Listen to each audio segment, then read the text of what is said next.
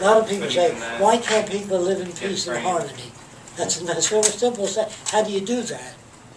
So you have to know how to go to another country, and when they see you, they don't think you're there to exploit their resources. You see, you have to undo all that. Like when I was in Dubai, I was talking to a member of the prince's family, and I said to him, I don't like our president one bit. I think he's dangerous. I'm talking about Bush. Extremely dangerous man, and I don't vote for him at all. And he said this, if I get Bush, I'd cut him to pieces. Wow. So you never knew. They said that's our friends in Dubai. They're not our friends. They need us for certain things. But I would say the world is pretty much against the United States. If you really, that's why I said that. I want to know where he was. When I went to China, I tried to talk to people about how do you feel about U.S. armament. That's when I got the bit about controlling the electronic systems. I said, instead of building a big army, although they're building a big army in rockets, their real aim is to make good electrical engineers and computer technicians to jam military systems. So all submarines, all aircraft characters depend on computers. And so if you learn to jam that, you can wipe out the country. You can wipe out all production systems, everything else. So you don't spend your money. There's just a lot of money on aircraft and aircraft carriers and submarines. The submarines roll over $1 billion apiece. So if you use $1 billion in electronics, or 20 billion, you conquer the world. You see, now if China wins, they will enslave the world for a period until technology evolves. Because the leaders of China are not technicians, they're politicians, unfortunately. And technicians tend to think that politicians know what they're doing. They're politicians, we're technicians. They think that one is just as good as the other. You're a musician, he's a farmer, I'm an electrical engineer. It's the electrical engineer and the agronomist that can grow a lot of food, not the farmer. You know what I mean? We don't know in government what is important, and the Bush administration dissolved the Scientific Advisory Board to the government. Do you know that? The man is a puppet of the establishment. Bush, real stupid guy.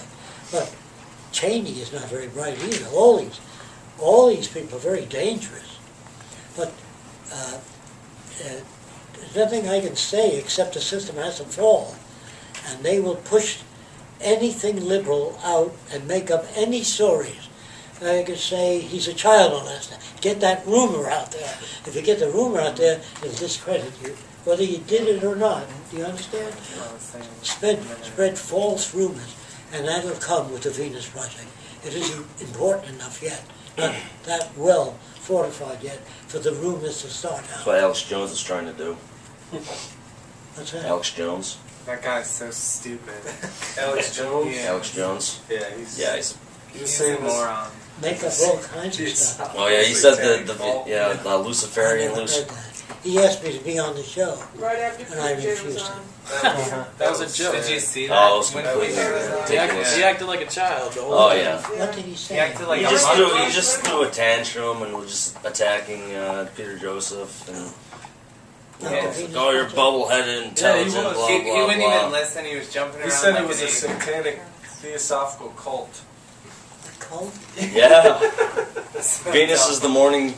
Synonymous with Satan. I'm like, it's in Venus, Florida. You fucking Is idiot. he wealthy?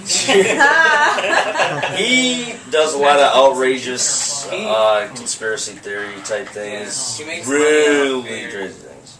Oh yeah, how can we get rid of them? Is he a god? That's what I want to know. Is he religious? Yes. Yeah. Oh, very. He's got a very large following of Alex Christian. Jones. With a capital V. I'll tell you. Well, what I do We is, got lots of time. with religious people, when they come here, if they're a priest, and I say, I would wear that cross if I were you. And he says, why not? They always say the same thing. God so loveth the world that he gave his only begotten son, sacrificed him. I says, according to the witnesses, Jesus arose and went back into heaven, so there's no sacrifice. You understand what I'm saying? Right. Then he said, why not? Why should I wear the cross? I said, because that's what man did to Christ. It has nothing to do with his teachings. They used to crucify people that criticized the government and establishment. So if you wear that around your neck, it's what man did to Christ. So he says, you've confused me. So I said, suppose your brother was accused of raping and murdering a female, and they hung him. 10 years later they find out he did nothing like that. Are you going to wear a noose with your brother hanging from it? You got the message. That makes sense. Yeah. You know, they don't put anything together. Best moment, yeah. The Bible is one batch of contradictions. For example, just before they crucified Christ, they told me that God was omnipotent, knew everything, made every galaxy, every bug, every planet. So just before they crucified Christ, he looked up and he said, Father, forgive them, for they know not what they do. As though God were, gee, thanks for telling me that. I didn't know that. You know, that's an insult to deity. But the people that read the Bible don't seem to put those things together. In fact, they don't seem to put anything together. So what I do is say that the church sold out to the monetary system. It honors people that are wealthy, where Christ would have chased them out. He said, if you have any more money than you need to live, give it to the poor. A rich man asked him, can I enter the kingdom of heaven? He said, oh, the same chance a camel has going to the eye of a needle. And we worship all the rich people today. They're all on high places. And I've heard nothing dumber than this guy that puts up big buildings and sells. What's his name? Donald Trump? You're thinking of Trump. What's his name? Yeah, Trump. Trump. Donald is a real asshole. Yeah. No information at all. And they got him on TV and has nothing to say. Yeah. Military men have nothing to say, except we need more cannons and more rockets and things like that. They have nothing new to say. And all the people they interview on TV are people usually that are pro-establishment. So it isn't a democracy unless you have different points of view. And with different points of view, you're going to produce confusion in this country. A lot of riots, people will be shooting other people. Unfortunately, they don't know how to solve problems. When I was a kid, all we had was cowboys with 2 guns. They never solved problems. They shot the disagreement. You know, got rid of it. And all blacks were always seen running away from ghosts in all the movies. And Mexicans sleeping in the sun under their big sunroof. Lazy sun sleepers. Yeah. And our movies were about Italian gangsters only. Yeah. And there were all kinds of Irish gangsters before them. After the Italian gangsters, there was a new lot gang, Jewish gangsters. So we have Irish gangsters, all different types, which isn't shown on television. We should show, or we can, but in our movie we show a lot of stuff. The little girl says to her daddy, you've explained it very well, she says, are we going to Grandma's house this afternoon? And Daddy says, yes. And the little girl says, does she still live in that old house? He says, yes. Why?